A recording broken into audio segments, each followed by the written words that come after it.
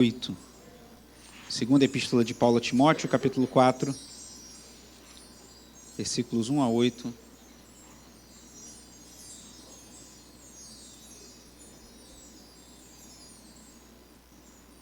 Diz assim a palavra do nosso Deus, 2 Timóteo 4, versículos 1 a 8. Diante de Deus e de Cristo Jesus, que há de julgar vivos e mortos, pela sua manifestação e pelo seu reino, peço a você com insistência que pregue a palavra. Insista, quer seja oportuno, quer não. Corrija, repreenda, exorte com toda a paciência e doutrina, pois virá o tempo em que não suportarão a sã doutrina. Pelo contrário, se rodearão de mestres, segundo as suas próprias cobiças, como que sentindo coceira nos ouvidos. Eles se recusarão a dar ouvidos à verdade, entregando-se às fábulas. Mas você seja sóbrio em todas as coisas, suporte as aflições, faça o trabalho de um evangelista, cumpra plenamente o seu ministério. Quanto a mim, já estou sendo oferecido por libação, e o tempo da minha partida chegou. Combati o bom combate, completei a carreira, guardei a fé. Desde agora me está guardada a coroa da justiça, que o Senhor, reto juiz, me dará naquele dia, e não somente a mim, mas também a todos os que amam a sua vinda. Oremos. Pai amado e bendito, te agradecemos, Senhor, como cantamos, pela tua graça, pela tua misericórdia. Te louvamos, te adoramos, Senhor, e pelo privilégio de termos a tua palavra. E especialmente nessa noite eu te agradeço por essa porção tão rica, tão profunda, a segunda epístola de Paulo a Timóteo, como vimos pela manhã na escola dominical, uma carta em que ele derrama seu coração, as portas de sua morte, as últimas palavras do grande apóstolo Paulo, e que tanto nos ensinam, e que o teu Espírito Santo aplique essas verdades ao nosso coração nessa noite, que Cristo seja glorificado, teu nome seja exaltado em nosso meio, e nós possamos sair daqui desafiados a viver para a glória do Senhor, em nome de Jesus. Amém. Os irmãos podem sentar. Eu falava pela manhã que há muitos anos atrás ouvi uma pregação, bem no começo da minha caminhada com Cristo, deve ter sido lá pelo ano de 2002, 2003, mais ou menos, ou seja, há quase 25 anos atrás, uma pregação de um pastor pregando da ABU, Aliança Bíblica Universitária do Brasil, num campus universitário que eu não sei onde é, eu sei que o nome do pastor era Miranda. Eu ouvi essa pregação umas 10 vezes e muito me abençoou. E lá, pregando não sobre uma epístola de Paulo, mas sobre uma das epístolas de Pedro, ele falou o seguinte: todos sofrem, você precisa escolher a razão do seu sofrimento. Vou falar novamente: todos sofrem, você precisa escolher a razão do seu sofrimento. Nesses últimos 20 anos, depois que eu ouvi essa mensagem, muitas coisas mudaram, especialmente as redes sociais, a internet. E hoje em dia, alguns caem no engano de achar que só ele sofre, ou só ela sofre. Porque se você abrir as redes sociais, vocês sabem, eu não tenho Instagram, não acho que seja pecado ter, até porque tem pessoas que usam com fins profissionais, a gente precisa divulgar seus serviços, seus produtos, e o Instagram é um bom produto, é uma boa ferramenta para isso. Mas eu não tenho tempo para tantas coisas, não vou ter tempo para redes sociais também. Só uso o WhatsApp, que para mim o WhatsApp eu vejo como a evolução do telefone. Porque o telefone, às vezes, a pessoa liga, você não pode atender naquele momento. O WhatsApp, você manda uma mensagem, de preferência um áudio não muito extenso, né? A não ser que seja uma coisa muito importante. Eu, uma época, estava com uma meta de ter áudio de até 1 minuto. Aí eu ficava gravando o áudio, olhando assim. Quando é chegando perto de 1 minuto, opa, está na hora de acabar. É uma boa meta aí para você, fica a dica, que eu aprendi com alguém, que eu não me lembro quem. E aí eu tentava manter áudio de até 1 minuto. Tem hora que não dá, tem hora que você vai precisar de uns áudios mais extensos. Mas, sendo possível, eu sugiro essa dica aí. A pessoa que recebe os seus áudios, com certeza vai me agradecer depois. Mas o WhatsApp eu vejo como uma evolução do telefone, porque nos facilita que o telefone você tem que atender na hora. O WhatsApp você pode responder depois. Se eu responder bem depois, não fique magoado comigo, não fique chateado, porque às vezes meu WhatsApp fica muito cheio, principalmente domingo. Se você puder não me mandar mensagem de domingo, eu te fico grato, porque domingo é o dia mais cheio para mim. Então, às vezes, a pessoa manda mensagem de domingo, chega segunda, entra mais umas 15 mensagens, aí quando eu vou ver a mensagem que você mandou domingo, lá na quinta-feira, já vem com o texto pronto: perdoa a demora em responder. Mas domingo, então, se não for nada urgente, você puder me mandar mensagem na segunda-feira, eu fico grato, que domingo eu não respondo quase mensagem nenhuma. Mas as redes sociais têm mostrado um mundo que não é um mundo real. Pessoas que estão sempre felizes, pessoas tirando foto do prato. Eu não sei porque a gente tira foto do prato. Eu não tiro foto, eu como o que está dentro do prato. Mas a gente gosta de tirar foto do prato, tudo bem. Salvo se for profissional, né, Bruno? Mas salvo isso, mas tudo bem, cada um com seus hábitos. Não estou condenando quem assim o faz. Mas as pessoas estão o tempo todo querendo mostrar que estão felizes, que estão satisfeitas. E tem gente que acredita nisso, embora não seja verdade. Não há ninguém que esteja feliz o tempo todo, não há ninguém que não tenha suas lutas, não há ninguém que tenha suas dificuldades, suas frustrações, suas decepções. Afinal de contas, como disse esse irmão que eu mencionei há pouco, todos sofrem. Você precisa definir a razão do seu sofrimento. É claro que existem momentos que você passa por um sofrimento mais agudo. Existem situações, esse ano tem sido um ano desafiador para muitos aqui na igreja, né? Tem sido um ano de muitas perdas, de muitos desafios para muitas famílias da nossa igreja. Eu estava contando, e aí confesso que eu desisti de fazer a conta, mas até outubro eu já tinha ido, de dezembro a outubro desse ano, eu fui a 11 ou 12 sepultamentos, velórios, e preferi deixar de fazer a conta, que a média já estava 1 por mês. Eu espero que tenha parado por aí. Mas foi um ano muito doloroso, muito difícil. Então, tem momentos que você passa por um sofrimento mais agudo, por um sofrimento maior. Não é isso que eu estou falando. Estou falando que, em alguma medida, todos sofrem. Hoje eu cheguei aqui na igreja, eram umas 7h45, e quando eu passei ali em frente ao Legacy, a escola que meus filhos estudam, tinha um monte de gente vestido com roupa de corrida, correndo, muita gente. E uns guardas municipais, acho que fecharam ali o bosque, fizeram uma corrida, alguma coisa, que o pessoal... Eu depois passei, mais tarde, vi o pessoal chegando, eu trazendo a Tati e as crianças, o pessoal correndo, chegando ali, acho que ali era o ponto de chegada, e as pessoas acordaram cedo, botaram roupa de ginástica e foram correr, porque elas querem participar de uma corrida. Então, elas sofreram ter que acordar cedo, sofreram ter que correr debaixo do sol, porque elas tinham um objetivo. Então, todos sofrem. Mas você tem que definir qual é a razão do seu sofrimento. Você que deseja, jovem, ter uma carreira, de manhã eu falava, né, o Salmo 128, que o Enzo abriu o culto com esse salmo, ele fala do bem-aventurado que teme ao Senhor, que ele tem o seu trabalho e depois tem o seu casamento. Então, você precisa ter uma profissão, você precisa se esforçar para dar condições no futuro à sua família. E aí você vai ter que estudar, vai ter que trabalhar, vai ter que se esforçar, como diz aquele ditado em inglês, né? No pain, no gain. Sem dor, sem ganho. Então, não há como você avançar sem dores. Então, todos sofrem. Mas qual é a razão do seu sofrimento? Por que sofremos? Por que passamos por dores? É para impressionar os outros? É para que as pessoas achem que a gente é muito legal, que a gente é muito rico, que a gente é muito feliz? É para aparecer? É para massagear o nosso ego? Ou é para glorificar a Deus? Por que sofremos? Qual é a razão do nosso sofrimento? Aqui em 2 Timóteo, nós vemos uma das cartas mais orgânicas, mais pessoais do Novo Testamento.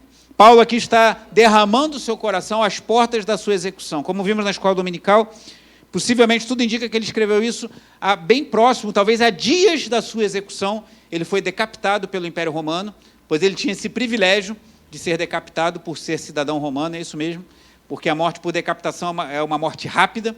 Então, pelo menos, ele morria rápido, diferente de pessoas como o próprio Cristo que foram crucificadas. Então, essa era considerado um privilégio, você morrer por decapitação, e assim foi com o apóstolo Paulo.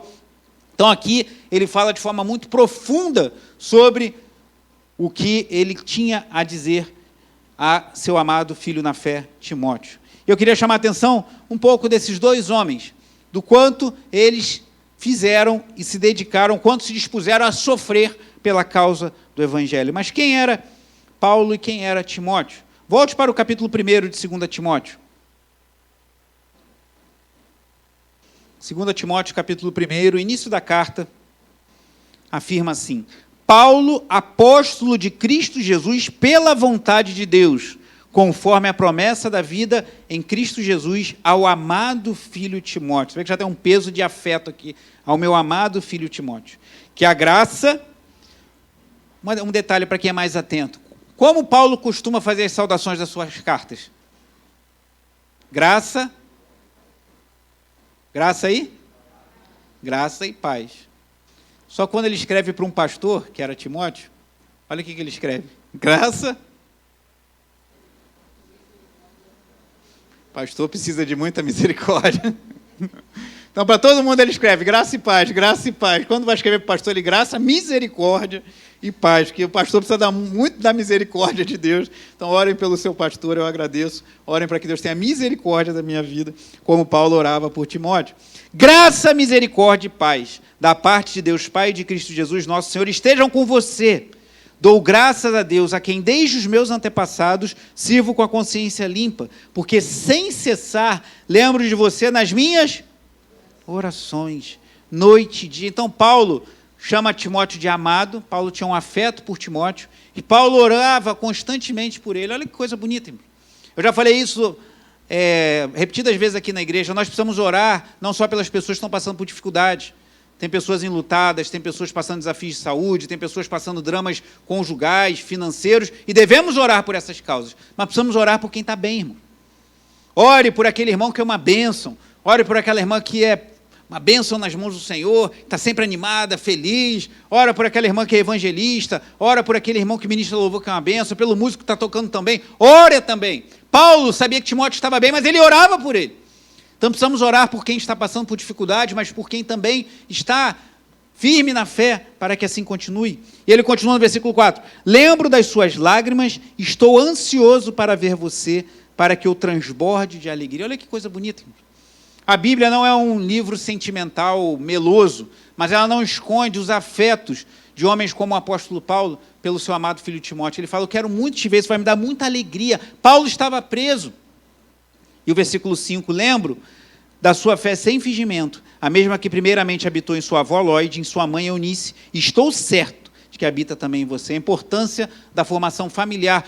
Como vimos na escola dominical, Timóteo era filho de pai grego, mas a sua mãe era judia, a sua avó também ensinaram os caminhos do Senhor para esse jovem pastor. Então, Paulo estava escrevendo cheio de afeto, cheio de gratidão a Deus, falando de suas orações a Timóteo. Mas onde Paulo estava? Será que Paulo estava numa ilha grega? Paulo estava numa rede, lá nos Lençóis Maranhenses? Ai, Nilson. Será que ele estava lá? Não. Paulo estava preso às portas da morte. John Stott, um dos maiores comentaristas bíblicos dos últimos tempos, afirma que ele deve ter morrido pouco depois de escrever essas palavras, após 30 anos de serviço cristão. Um outro autor chamado William Hendrickson diz que Paulo possivelmente estava em um escuro calabouço subterrâneo, com um buraco no teto para a passagem de luz e de ar. Diferente da sua primeira prisão em Roma, que ele ficou em prisão domiciliar, agora possivelmente ele estava num calabouço, num buraco, com um buraco no teto para passar luz e ar. Ele estava jogado ali, esperando a morte. Aqui eu já venho trazer uma primeira reflexão para nós. A gente é de uma sociedade, de uma cultura, que o tempo todo está falando que você tem sempre que progredir em todos os sentidos. Você tem que ganhar cada vez mais, você tem que ter cada vez mais bens, você tem que prosperar e progredir financeiramente, emocionalmente, fisicamente, em todos os sentidos você tem que estar sempre decolando. Mas o que nós vemos aqui? Um dos maiores líderes da história da igreja, considerado por muitos o maior teólogo da história da igreja, se Paulo só tivesse escrito a Epístola aos Romanos, já seria suficiente para achar que ele é a mente mais brilhante da história da igreja. Mas ele escreveu 13 cartas que temos no Novo Testamento, ainda tem gente que acha que Hebreus foi ele que escreveu.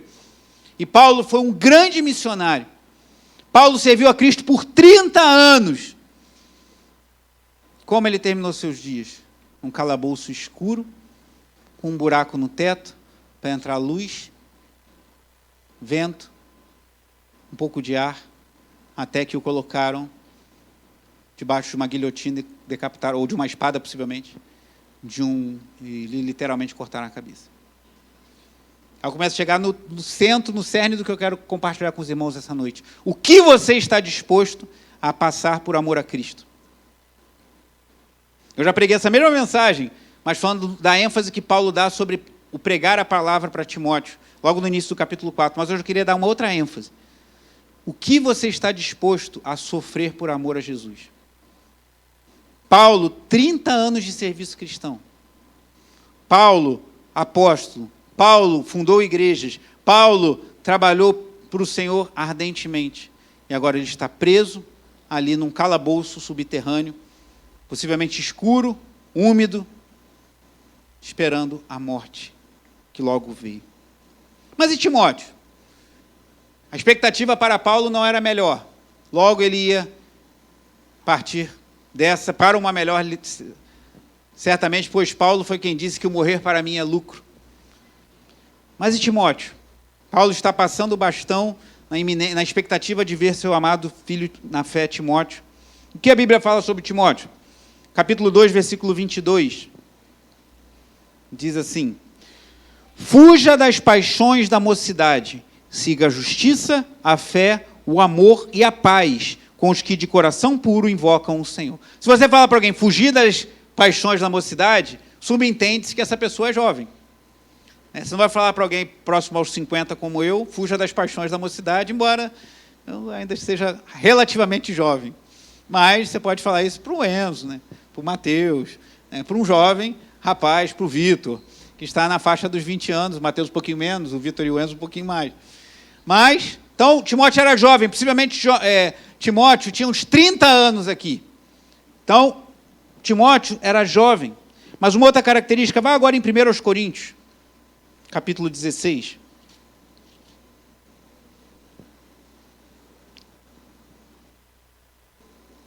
Primeiros Coríntios 16, final da epístola de Paulo aos Coríntios, versículo 10.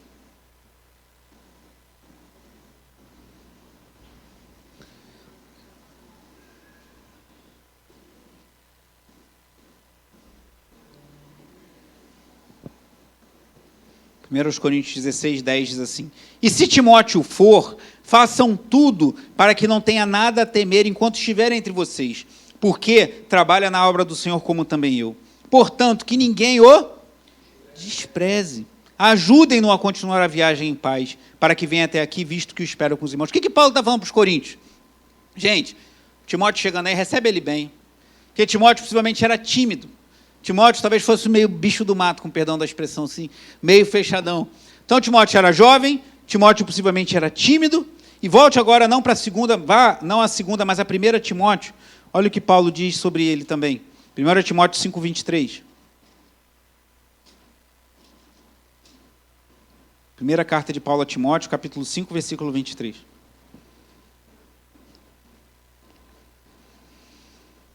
Diz assim, 1 Timóteo 5, 23. Não beba somente água, beba também um pouco de vinho. Aos que gostam de fazer uso do álcool, observe um pouco.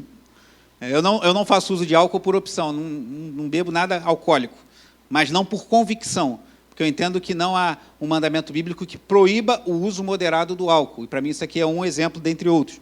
Então, não beba somente água, beba também um pouco de vinho, por causa do seu estômago. Possivelmente Timóteo sofria de uma espécie de gastrite e das suas frequentes enfermidades. Então, estamos diante de um jovem, possivelmente tímido e com uma saúde frágil. Olha o desafio que se apresenta. E ele possivelmente era pastor ou mesmo um bispo da igreja em Éfeso.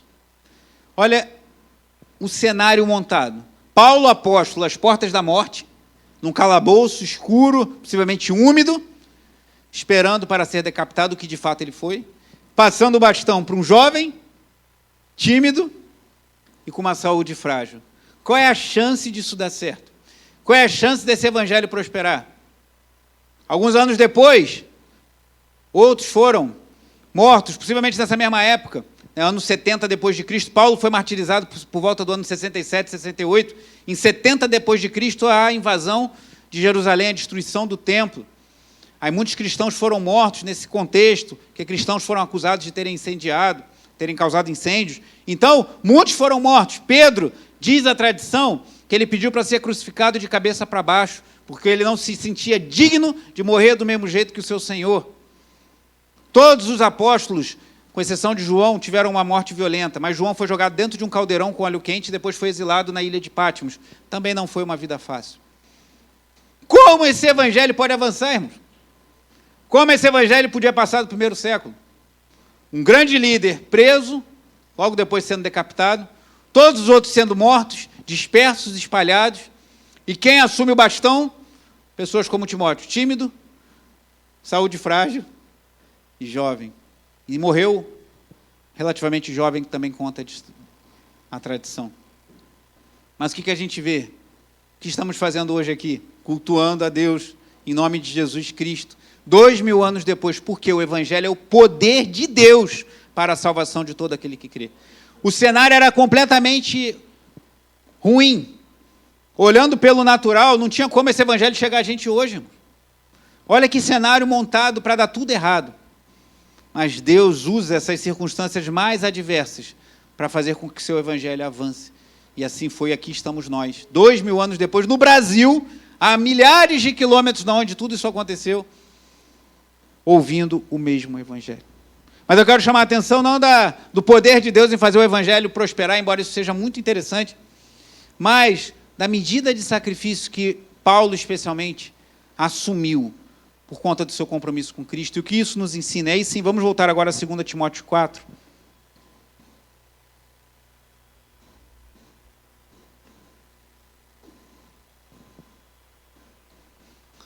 2 Timóteo 4, Paulo começa dizendo assim: diante de Deus e de Cristo Jesus, que há de julgar vivos e mortos, pela sua manifestação e pelo seu reino, peço a você com insistência que pregue a palavra. Insista, quer seja oportuno, quer não, corrija, repreenda, exorte com toda a paciência e doutrina. Pois virá o tempo em que não suportarão a sã doutrina, pelo contrário, se rodearão de mestres segundo as suas próprias cobiças, como que sentindo coceira nos ouvidos. Eles se recusarão a dar ouvidos à palavra, entregando-se às fábulas. Sabe o que Paulo está falando para Timóteo? Timóteo, prega a palavra, mas sabe que não vão te dar ouvido. Timóteo, prega o evangelho, seja oportuno, seja não, mas saiba que eles vão recusar dar ouvidos e vão ouvir as fábulas. Olha que animador, irmão. Timóteo jovem, Timóteo de saúde frágil, Timóteo tímido, Paulo prestes a morrer, e a mensagem dele para Timóteo, prega a palavra. Mas muita gente não vai te dar ouvido, não. Vocês estão entendendo onde eu quero chegar? Como o Evangelho revela o poder de Deus. O Evangelho tinha tudo para dar errado, irmão. Você apresenta esses elementos aqui para um coach, o cara vai, está tudo errado, vamos mudar tudo. Paulo, muda tudo aí, está tudo errado, isso não vai dar certo. Mas deu certo. E continua dando, e vai dar até Jesus voltar. Porque o Evangelho é o poder de Deus para a salvação de todo aquele que nele crê. Mas o que Paulo vai dizer a Timóteo, então? Versículo 5. Mas você seja sóbrio em todas as coisas, suporte faça o trabalho de um evangelista, cumpra plenamente o seu ministério. Talvez você pergunte assim, Paulo, você está preso, mas tu está quietinho aí. Quem é você para falar para mim? Talvez Timóteo pudesse pensar. Suporte as aflições. Como é que você está falando isso para mim? Você agora está aí, está numa boa, você é cidadão romano, você tem alguns privilégios. Você sabe o que é sofrer, Paulo? Eu estou sofrendo. Eu sou tímido, eu chego, as pessoas não me recebem, eu estou com dor de estômago, eu tenho gastrite, Paulo. Você está falando para eu suportar as aflições? Aí talvez Paulo respondesse com o que ele escreveu em 2 Coríntios capítulo 11. Vá comigo em 2 Coríntios capítulo 11.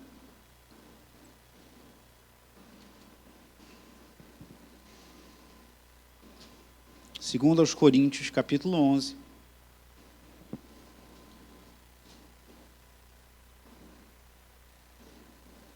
Versículo 23.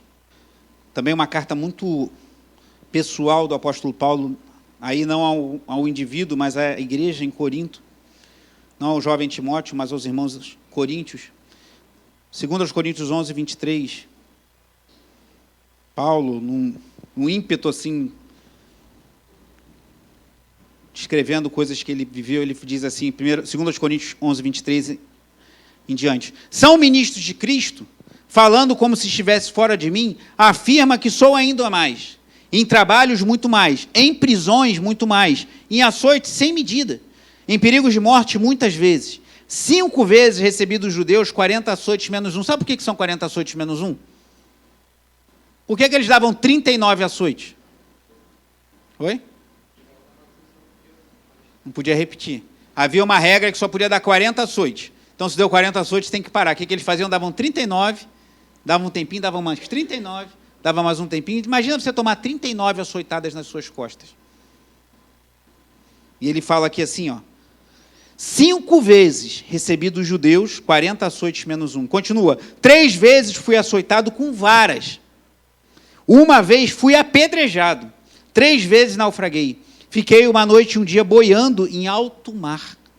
Em viagens, muitas vezes. em perigos de rios, em perigos de assaltantes, em perigos entre patrícios, em perigos entre gentios, em perigos na cidade, em perigos no deserto, em perigos no mar, em perigos entre falsos irmãos, em trabalhos e fadigas, em vigílias, muitas vezes, em fome e sede, em jejuns, muitas vezes, em frio e nudez.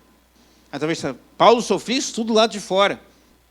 Mas o versículo 27 ainda fala mais, 28, perdão.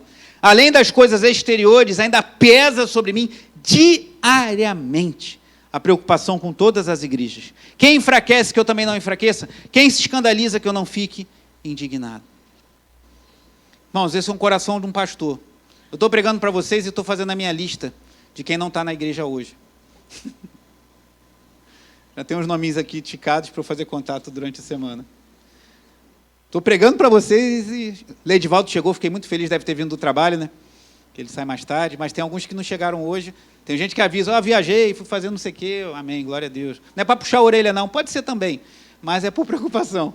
Então Paulo está falando, eu estou passando por isso tudo por fora e por dentro pesa sobre mim a vida das igrejas. Então, há de convir que Paulo tinha autoridade para falar para Timóteo, suporte as aflições. Aí ele ali, estava escondido, eu falei, cadê ele? Ele entrou e sumiu, que estava orando. É uma benção, Valdo, né? Deus abençoe, nosso maranhense. Paulo sofreu isso tudo, irmãos. Então ele tinha autoridade para falar para Timóteo, suporte as aflições. Você recebeu uma palavra de Deus na sua conversão? Talvez você lembre quando Deus te alcançou. Eu lembro de uma palavra que eu recebi da parte de Deus lendo a Bíblia, Amós 5,4, pois assim diz o Senhor à casa de Israel, buscai-me e vivei. E eu, numa oração muito ousada, até porque eu não sabia nada de Deus, como sei muito pouco até hoje, eu orei assim, Senhor, se o que eu vivo até hoje não é vida, eu tinha meus 22 anos, então eu vou fazer isso aqui, vou te buscar e eu quero ver se eu vou encontrar vida. E Deus foi misericordioso comigo, eu encontrei vida e tenho encontrado ao longo desses 20 e poucos anos. Mas qual é a palavra que marcou a sua conversão? Qual é a palavra que você lembra com alegria de quando se converteu, que falou ao seu coração? Paulo talvez lembrasse dessa aqui. Vá comigo em Atos capítulo 9. Atos 9, versículos 15 e 16.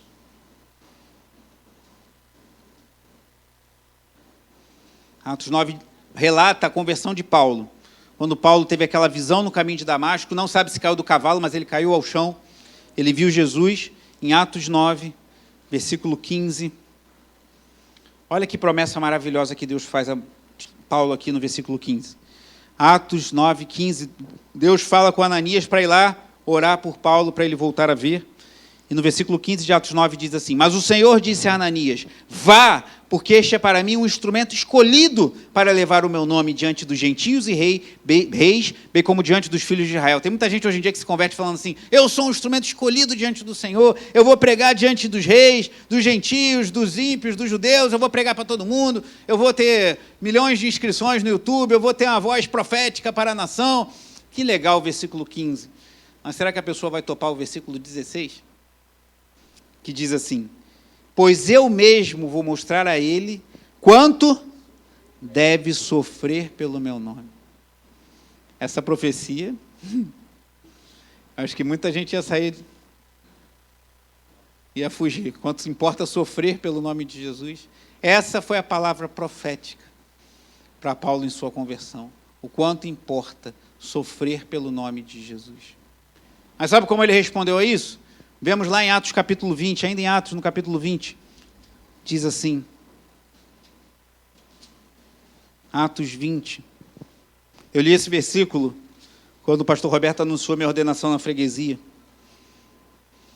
Ele chamou eu e o saudoso pastor Alessandro, e como vocês sabem que eu nunca quis ser pastor, eu achava que eu não queria ser pastor, hoje eu tenho certeza, então mudou isso, que eu achava agora eu tenho certeza, mas glória a Deus. E aí, quando me chamaram lá na freguesia para dar uma palavra, quando o pastor anunciou que da minha ordenação lá em 2013, eu li esse versículo, Atos 20, 24. Porém, em nada considero a vida preciosa para mim mesmo, desde que eu complete a minha carreira e o ministério que recebi do Senhor Jesus para testemunhar o evangelho da graça de Deus. Então, Deus falou lá em Atos 9, esse será um instrumento valioso nas minhas mãos para pregar aos gentios, aos reis. e vai saber o quanto importa sofrer pelo meu nome. Como Paulo responde a isso? Em nada considero a vida preciosa para mim mesmo, desde que eu complete a minha carreira e o ministério que recebi do Senhor Jesus para testemunhar o evangelho da graça de Deus. Então, voltando lá a 2 Timóteo 4, Paulo tinha autoridade para chegar para Timóteo e falar assim, suporte as aflições. Com esse currículo, irmãos, com esse currículo vitae aqui do apóstolo Paulo, ele podia falar com muita autoridade, suporta as aflições. Paulo me lembra, eu falei sobre ele recentemente, um profeta do Antigo Testamento, o profeta Jeremias. Recentemente preguei aqui na igreja sobre Jeremias 25, em que Jeremias fala que por 23 anos ele pregava ao povo de Judá e ele não era ouvido, irmãos. Como eu falei para os irmãos, 23 anos é o tempo que eu tenho de conversão. É como se lá desde 2002 até 2025 eu falasse a mesma coisa e não fosse ouvido. Foi isso que Jeremias vivenciou. E sabe o que aconteceu depois? Ele continuou e completou 40 anos de ministério e não davam ouvidos a eles. Claro que existiam exceções, mas o povo não ouvia Jeremias. E esse é considerado um dos maiores profetas da história de Israel, mais especificamente de Judá. Um profeta que sofreu, foi desprezado, mas foi um instrumento valioso nas mãos do Senhor. Paulo sabia que ia sofrer pelo Evangelho, ele não recuou, ele não voltou atrás. E quando volte lá para 2 Timóteo 4, e certamente Timóteo conhecia muito disso, se não tudo que eu falei agora, pois ele caminhava com Paulo. 2 Timóteo 4, quando ele, no versículo 5, fala, mas você seja sóbrio em todas as coisas, suporte as aflições, faça o trabalho do evangelista, cumpre plenamente seu ministério. Ele está falando com autoridade, porque ele suportava as aflições. Ah, irmãos, como a gente precisa de crentes assim, irmãos. A gente está numa geração muito mimimi, todo mundo reclama, mas não sei o quê, isso. Claro que a igreja, a gente pode melhorar as coisas e devemos estar sempre sensíveis a promover o melhor para a igreja. Mas hoje em dia o pessoal é muito de cristão, irmãos. Qualquer coisa ofende, qualquer coisa... A gente precisa voltar a ter cristãos assim mais robustos, que estão dispostos a suportar as aflições por amor a Cristo, irmãos. Nós precisamos ser assim. Mas continuando aqui em 2 Timóteo 4, a partir do versículo 6, Paulo tem uma noção muito clara de que o seu fim está próximo.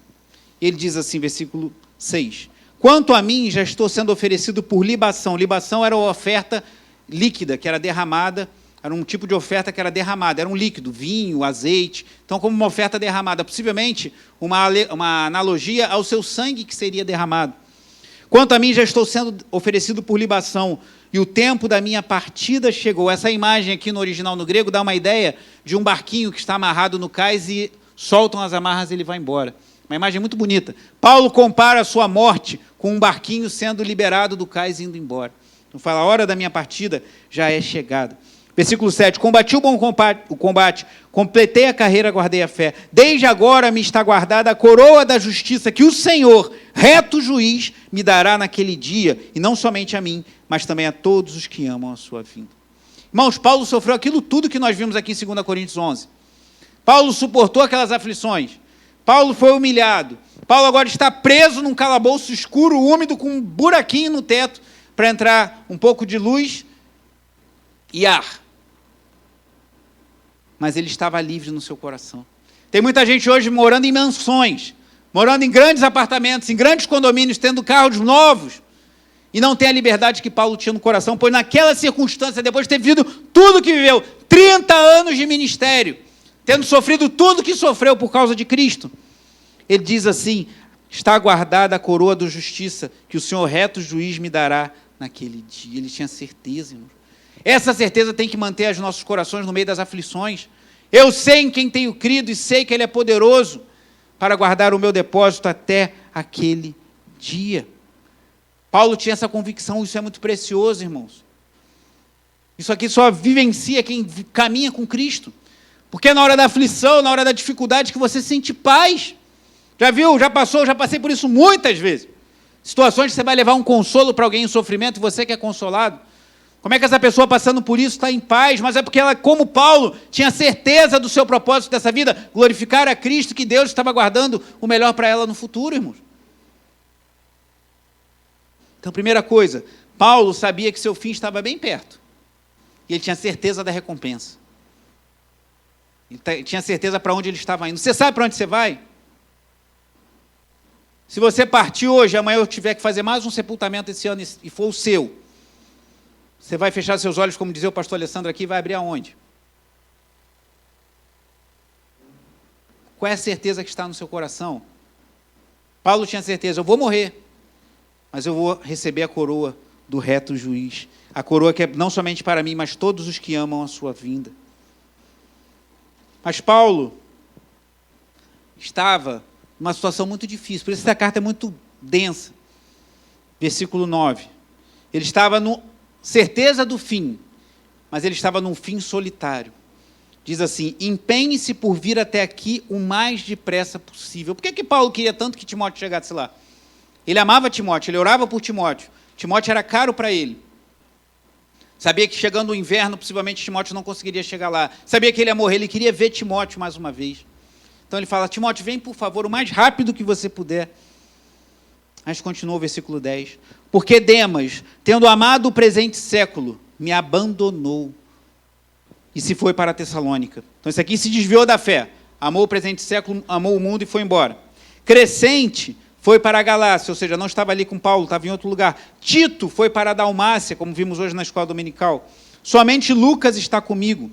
Encontre Marcos e traga-o junto com você, pois me é útil para o ministério. Curioso, se você for em Atos 15, a gente não vai abrir agora, mas Paulo teve um problema com Barnabé por causa de João Marcos. Porque João Marcos, num momento lá, que eles foram uma viagem missionária em Atos 13, Marcos não quis ir. Aí em Atos 15, Barnabé quer levar João Marcos e Paulo fala, não, leva ele não. Ele não quis ir da outra vez, eu não quero ele com a gente não. E isso gerou uma divisão entre Paulo e Barnabé, e daí para frente a história conta só a parte de Barnabé, de Paulo e Silas. Mas agora, no final da sua vida, Paulo reconhece o valor de João Marcos.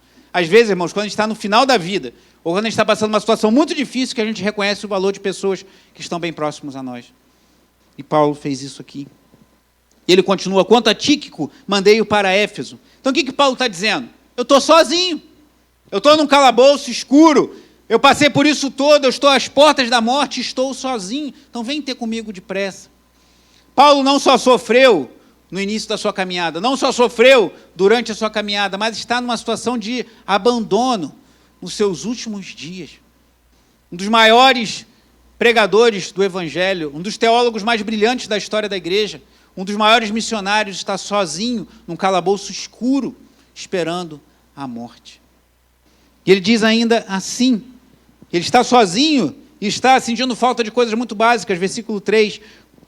Quando você vier, traga a capa que deixei em Troade, possivelmente já se preparando para o inverno severo que ele enfrentaria. Então traz uma capa para eu não passar frio nessa masmorra.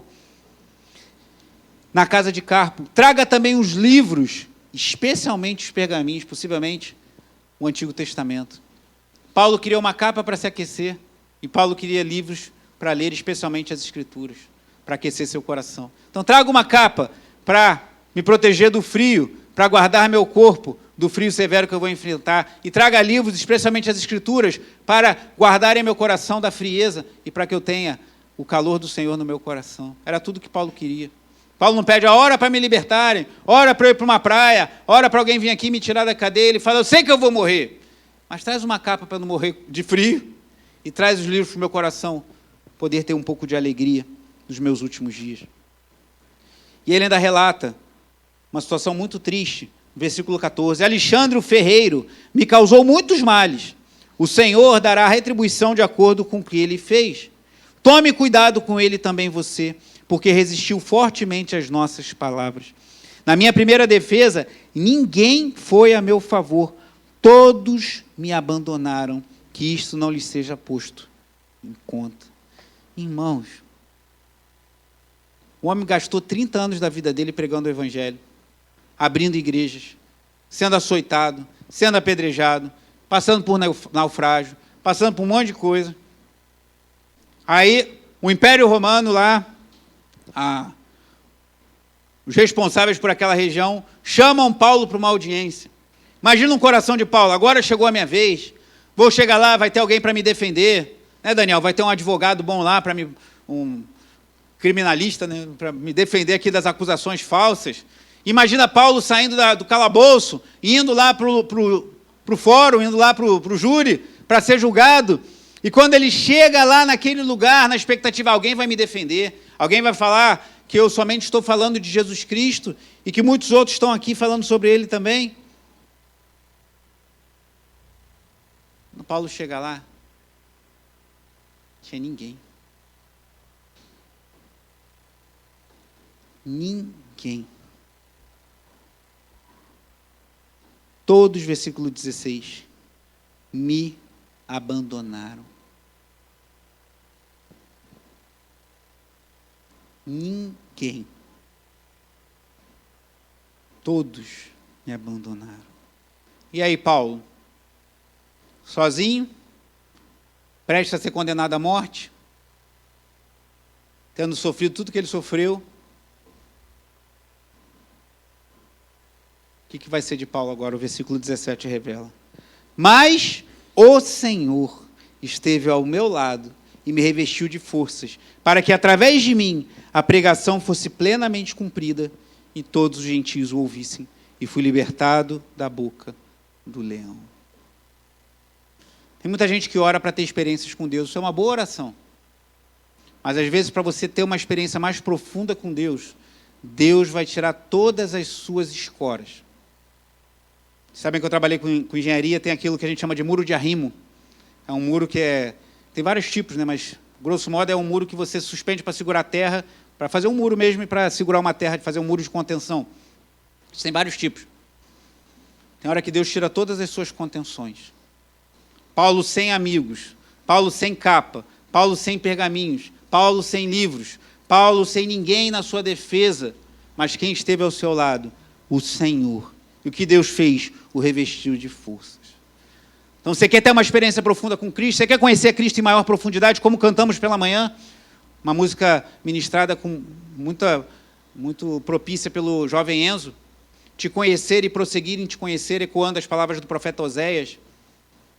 Ore por isso, mas saiba que muitas vezes o caminho para conhecermos a Deus é a solidão, é o abandono, é o sofrimento. Porque esse evangelho muita gente não quer hoje em dia. Mas também não queriam nos dias de Paulo. Mas aí você tem que... Lembra da pergunta inicial? Todos sofrem, qual é a razão do seu sofrimento? Você quer sofrer para ter uma casa melhor, ter uma vida mais tranquila? Ou você quer sofrer para prosseguir e conhecer a Deus? Se é segundo caso, sabe que pode ser que em alguns momentos você se encontre sozinho no tribunal. Mas o Senhor estará ao seu lado e é poderoso para te revestir de forças. E no final do dia, irmãos, é isso que importa. No final das contas, é isso que vai ficar. Todo o resto vai passar. Mas Paulo tinha uma convicção de chamado tão profunda que ele agradece a Deus que revestiu de força para que a pregação fosse plenamente cumprida. Então ele fala assim, só Deus me consolou e eu fiquei bem. Mas ele falou, não, Deus me capacitou, me revestiu de força e eu preguei o evangelho. Como a gente precisa voltar a esse evangelho puro e simples, de homens e mulheres dispostos a pagar o preço, seja qual for, para que a pregação do evangelho não pereça. E Paulo termina no versículo 18. O Senhor me livrará também de toda obra maligna e me levará salvo para o seu reino celestial. E ele irrompe no meio dessa carta tão pesada, de tanta tristeza, de tanta solidão, de tanto abandono. Ele irrompe em louvor. A ele, glória para todo sempre. Amém.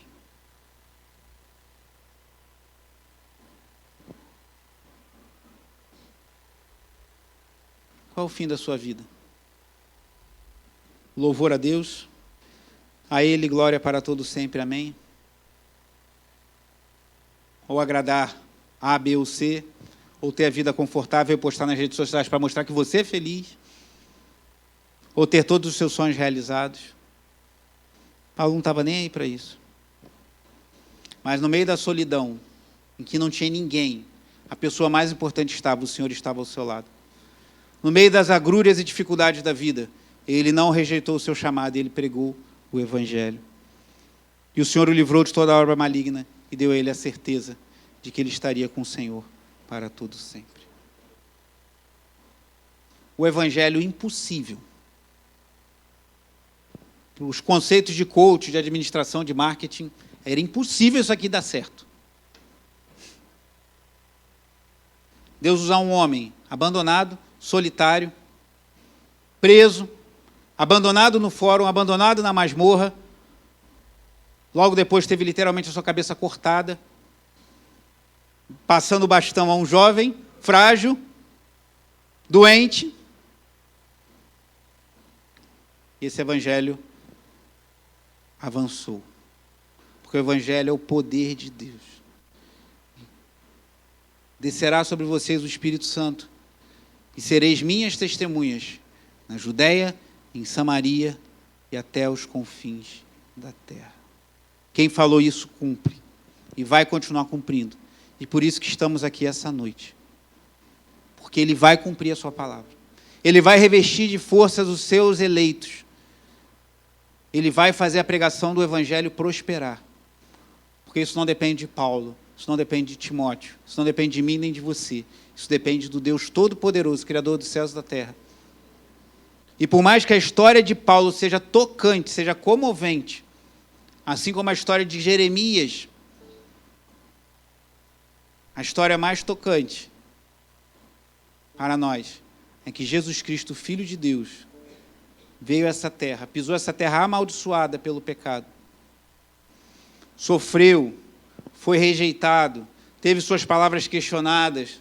No Getsemane, no momento mais agudo de sua vida, orando ao Pai, estava assim como Paulo, solitário. Na sua defesa, ninguém apareceu. Quem chegou mais perto foi Pedro. O que Pedro fez? Olhando de longe, negou ao Senhor.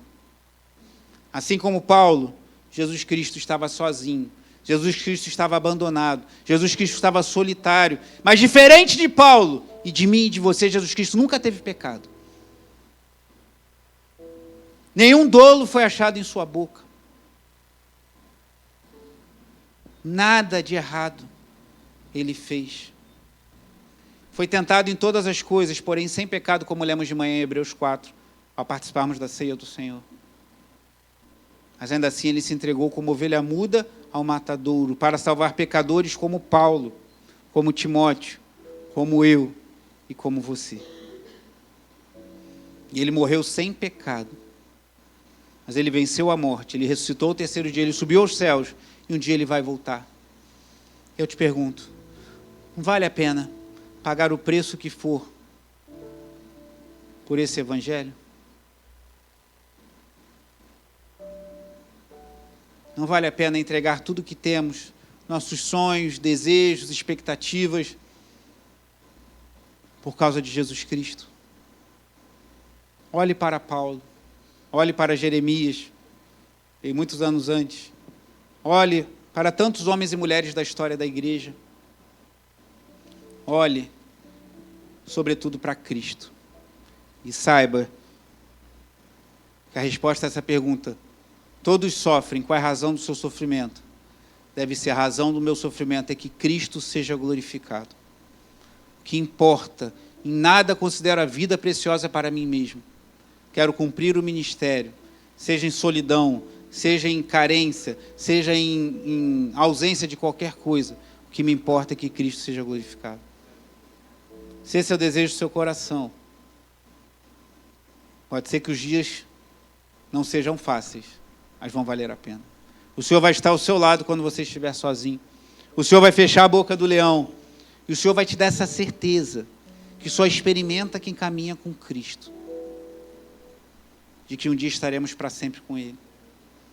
E não haverá mais solidão, não haverá mais frio para termos que nos cobrir. Não haverá mais livros, a minha biblioteca pode ser queimada, irmão. Porque todo conhecimento aponta para de quem eu estarei face a face.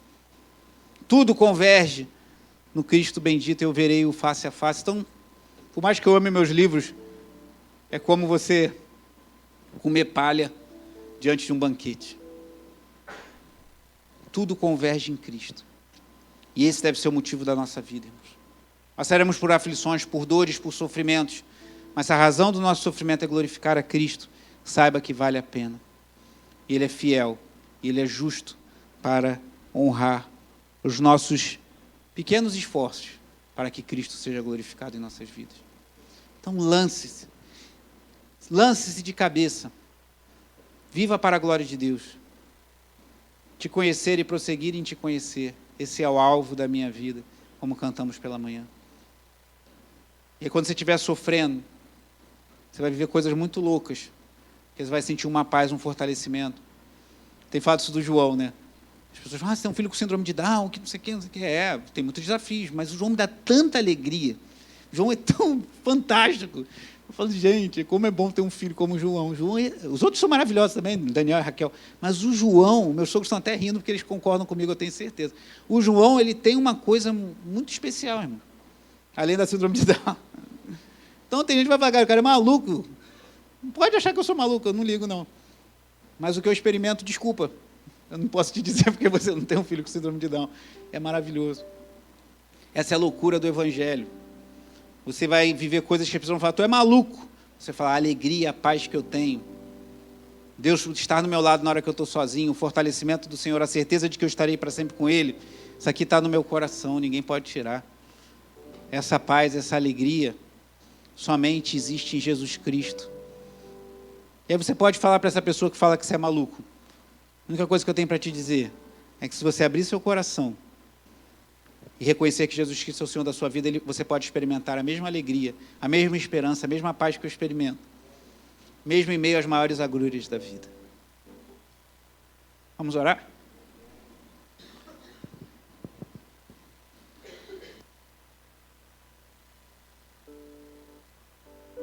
O Enzo vai cantar esse louvor, só piano e voz. Faça a sua oração.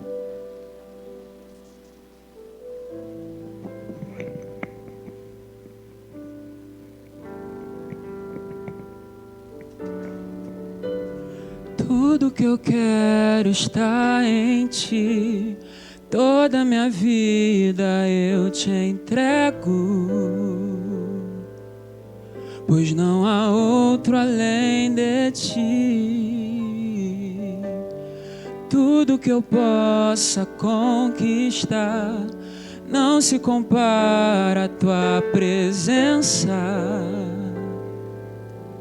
nem ao prazer de Te adorar. Dias vêm, dias vão, e em meu coração só aumenta o desejo de Te encontrar.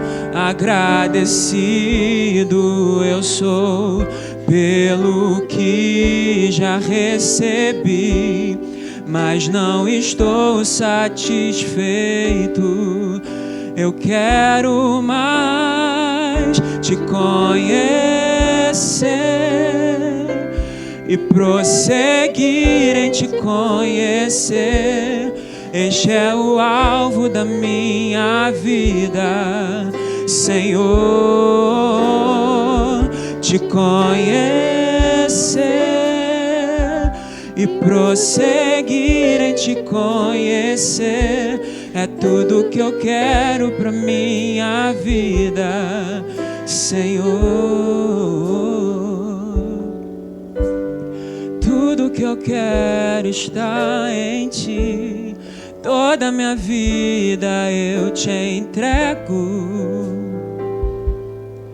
pois não há outro além de Ti. Faça dessa canção a sua oração essa noite.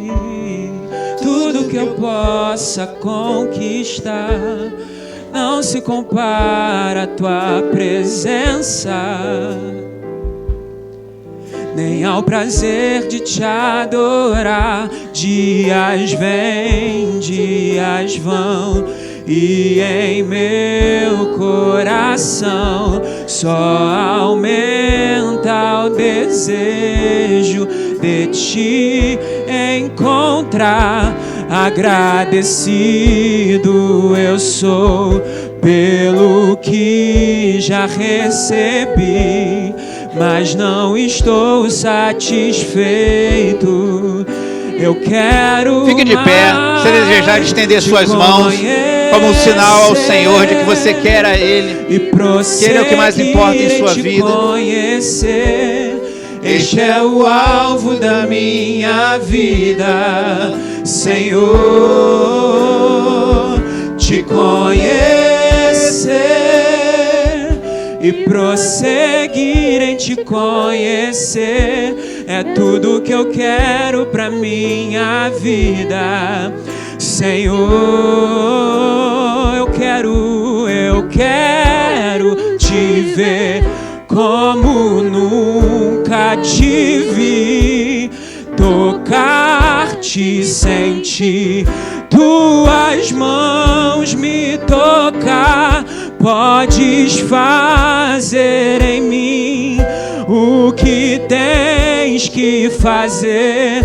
Quero ser segundo Vamos repetir essa teu parte. coração. Eu quero te ver. Eu quero Faça te dessa ver canção sua oração nesse como momento. Peça ao Senhor. nunca te Você não está falando para mim nem para o Enzo. Fale a Deus, ao Senhor. Sentir tuas mãos me tocar. Podes fazer em mim o que tens que fazer. Quero ser segundo teu coração. Eu quero te ver. Eu quero te ver como nunca te vi, tocar-te, sentir tuas mãos me tocar. Podes fazer em mim o que tens que fazer. Quero ser segundo teu coração. Te conhecer e prosseguir em te conhecer. Este é o alvo da minha vida, Senhor. Te conhecer e prosseguir em te conhecer. É tudo que eu quero pra minha vida, Senhor. Aleluia. Nem sempre a gente faz isso, mas se você deseja de todo o coração conhecer mais ao Senhor, mesmo que seja em meio a lutas e sofrimentos, ou se você está aqui essa noite e você ainda não conhece o Senhor, talvez você conheça como Jó, de ouvir falar, do seu irmão falar, do seu amigo, do seu cônjuge, do seu filho ou do seu pai, mas você quer conhecer a Deus de verdade. Talvez você até esteja na igreja há muitos anos, que a gente se acostuma com a vida da igreja, mas essa noite o Espírito Santo te chama a ter um encontro com Cristo, que você nunca teve, a realmente experimentar dessa alegria, que é loucura aos olhos do mundo, que Paulo experimentou, e tantos outros. Talvez o irmão que está ao seu lado tenha experimentado já também, em meio às lutas e aflições, a certeza e a paz, que é somente em Cristo Jesus. Então, se você quer se render a Cristo em definitivo nessa noite, não quer esperar mais nenhum dia, vem aqui à frente que vamos orar por você. Ou se você quer conhecer mais ao Senhor, olha, eu já conheço a Cristo, eu sou do Senhor, mas eu quero conhecê-lo mais. Eu quero me render de forma ousada ao Senhor. Eu quero ser usado para a sua glória. Não quero mais ficar vendo empecilhos, não quero mais ficar murmurando, não quero mais ficar reclamando da vida cristã, mas quero me lançar de todo o coração. Vem aqui à frente também. Você pode dobrar seus joelhos aqui no altar.